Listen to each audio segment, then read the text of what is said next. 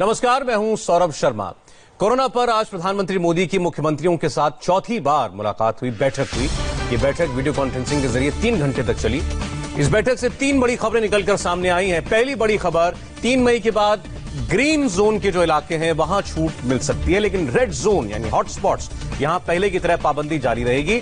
Green zone इलाकों में local transport को चलाने की इजाजत भी मिल सकती है, लेकिन ये वाहन रेड जोन के एरिया में एंटर नहीं कर सकते। ग्रीन जोन में सभी तरह की दुकानें खोलने की भी छूट मिल सकती है। लॉकडाउन पर आखिरी फैसला लेकिन प्रधानमंत्री को ही लेना है कि 3 मई के बाद आज की सूरत की तरह ही ये लॉकडाउन जारी रहता है या उसमें कोई परिवर्तन होगा।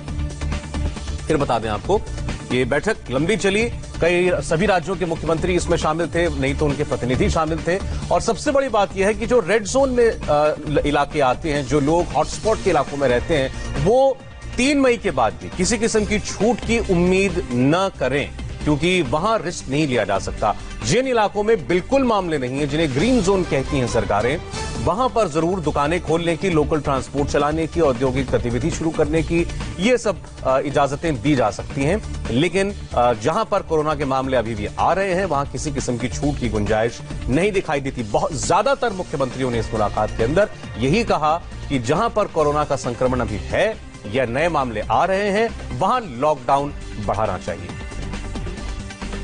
मुख्यमंत्रियों के साथ प्रधानमंत्री की बैठक से जुड़ी दूसरी बड़ी खबर, प्रधानमंत्री ने मुख्यमंत्रियों से कहा है कि देश की अर्थव्यवस्था बेहद मजबूत है। अर्थव्यवस्था को लेकर राज्य सरकारें परेशान न हो। प्रधानमंत्री ने कहा कि आने वाले दिनों में भारत निवेशकों का हब बन सकता है। मीटिंग में प्रधानमंत्री मोदी ने कहा कि देश में लॉकडाउन के सकारात्मक नतीजे आए हैं। पिछले 1.5 महीने में लॉकडाउन की वजह से हजारों जिंदगियां बची और आगे भी 2 गज दूरी के मंत्र को फॉलो करना है। तो ये दूसरी बड़ी खबर थी जो इस बैठक से निकल करके आई। अर्थव्यवस्था को लेकर जो राज्य सरकारें बहुत ज्यादा चिंतित हैं, उनके लिए प्रधानमंत्री ने आश्वस्त करने वाली बात कही और कहा कि देश की अर्थव्यवस्था मजबूत है, आप फिलहाल इसको लेकर चिंता न करें, लोगों की जिंदगी बचाना ये प्राथमिकता है।